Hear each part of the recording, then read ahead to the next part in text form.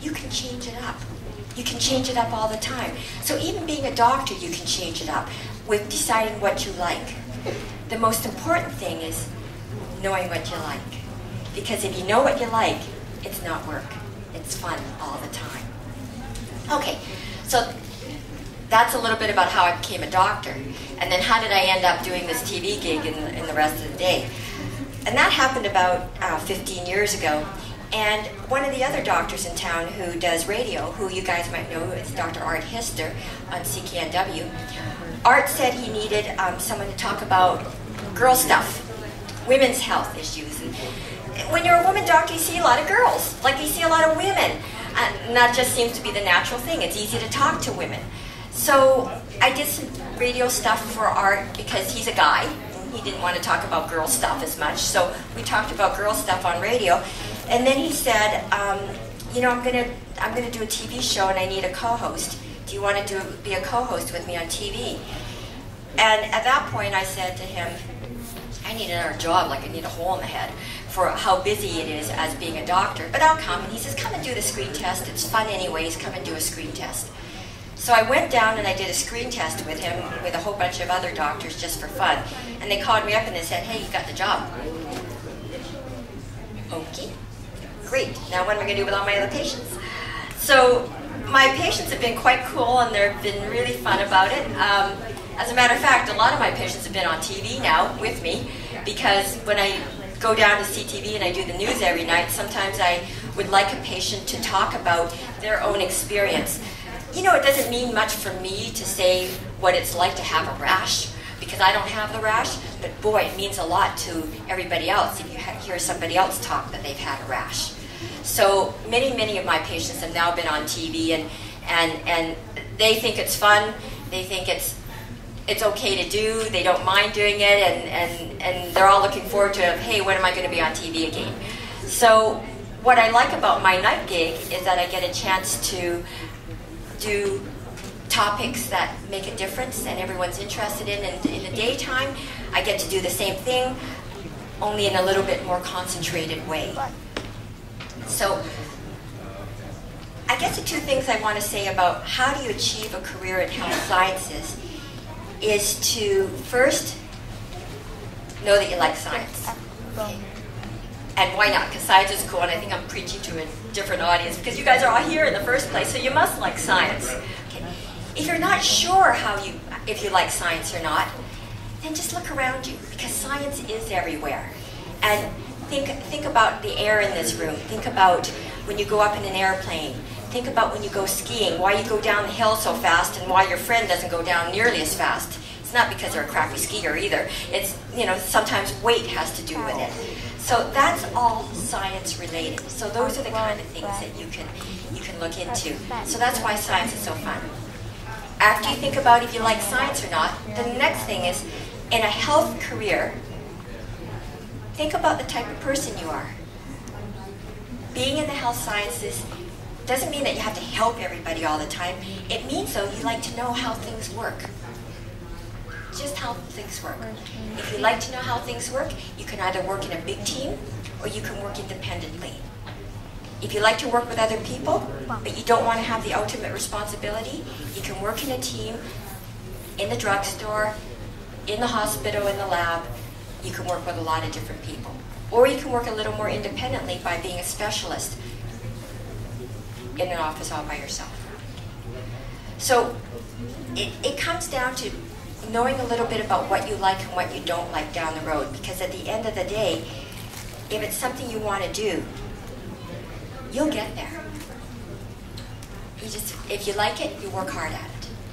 And that's the most important thing, because any job is stressful, but if you like your job a lot or you like your career a lot, it won't seem like work, and you can do it all the time, and it's not a problem. I'll just leave you with one last thing that my dad used to say to me, is that in your life, he always just wanted us to be happy. He didn't want us to be a doctor, a lawyer, a dentist, or somebody else who, you know, had these ideas in society. He said he just wanted us to be happy, my brother and I. But he said, if I asked anything of you, I want you to consider the 1/3, 1/3, 1/3 rule. And the 1/3 is that you got to really like what you want to do, so you can be happy doing it. The other third is you got to give back to your community.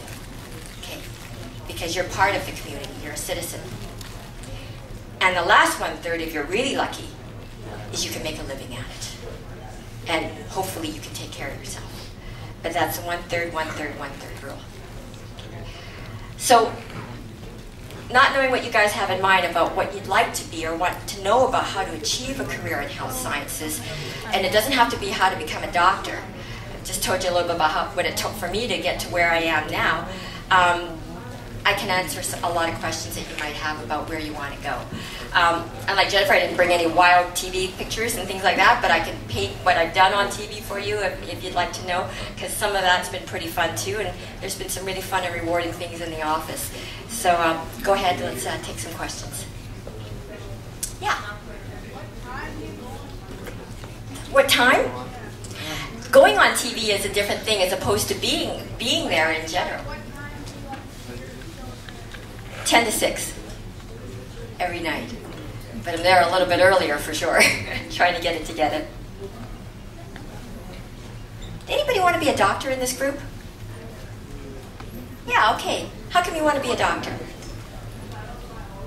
Because you like biology. Okay. How about you guys? You want to help people. Okay. And what about? Okay. You know what? Those are good starting points for sure. Helping people in general. You can help people in all avenues besides going into medicine as well. You know what? Once you have a doctor, once you're an MD, you can move all sorts of other places from there too. So by helping people, you can help people in a variety of ways. I'm running a conference down the street right now, and one of my friends in medical school was one of the doctors for the Olympics. So that's what he was interested in, is he wanted to do sports. And so he actually ended up getting involved with the athletes, and so he's a doctor for the Canucks, and he's a doctor for the sports teams. He doesn't do family medicine like I do every day to see women and children and older folks and younger folks. He just specifically sees athletes because he's totally into sports. So once you get started, you just keep moving on from there. Another guy I know is into diving, so he does dive medicine. So all of his guys that come to see him are scuba divers and guys who have had problems with diving, and he works out how to help those guys when they're working on the job as divers. So you don't actually have to get stuck when you go into medical school. Anything else? Yeah. How do you get into medical school? Yeah. Okay, that's a good question. Well, first of all, don't give up your sciences, okay? So, to get into medical school at UBC or anywhere, there are some basic courses that you need to take. And in high school, you have to take some basic sciences. Then, when you go to university after that, it's very open what you can take at university. Except again, you do need to take some basic sciences in university because you just need to know those things when you go into medical school. But you don't have to be solidly taking biochem, physics, math, calculus, all those things, thinking that that's the only place that you have to go. You can go into sociology, you can go into urban land planning, you can go into business, you can do arts, you can be a violinist in the fine arts department. You can do all of these things and have a degree in those things. And lots of my medical students, some of them are concert pianists. I've had a couple who are Olympic athletes in my medical school class. I've had some who are psychologists. Other ones are dietitians. So they come from all walks of life. I've got engineers in my medical school class. So you don't need to start out in one path and be very focused. And in fact, in medical school, to become a good doctor, you need to be much more rounded rather than just being straight science focused. Because people are different. So we want to have folks who know lots about all sorts of different things and have experience. So the psychologist has got a good experience from one angle. But to get into medical school, you have to do some of those basic science electives, but then you can do anything else in university. You just get those basic science ones, and you get a decent mark in it, and you write an entrance exam, and then you go to some interviews for medical school after that.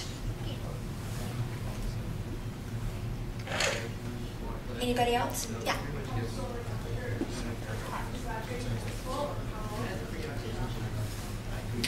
It varies, and it varies where you go. So in Canada, you can go into medical school usually at about 3 years after you're in university. So you do, you go to university for 3 years, and then you can apply to go to medical school after that. And in Vancouver, to get an MD after that, it's about 4 years. Other provinces, in Calgary and in Hamilton and McMaster, it's 3 years, so it's 1 year less. Saskatchewan is 5 years. So it varies throughout, but you would go to university for about six years minimum afterwards. You would do a residency if you, afterwards. If you want to be a family doctor, you do a couple-year residency. If you want to pass gas, you do 4 years more. And if you want to be an open heart surgeon or a brain surgeon, then you might do a few more years after that. But it all depends upon what you're interested in. Yeah. Can you get rich being a doctor? You don't go into it for the money. No, I mean, not at all. Because you don't go into it for the money because it's a job that you can't be governed by the money. It's a job that you have to love to do. So, you know, that's the most important. I think you can definitely make a living as a doctor. There's no question about it. But as far as being rich from it, you'd be better off being Bill Gates, you know. Anybody else?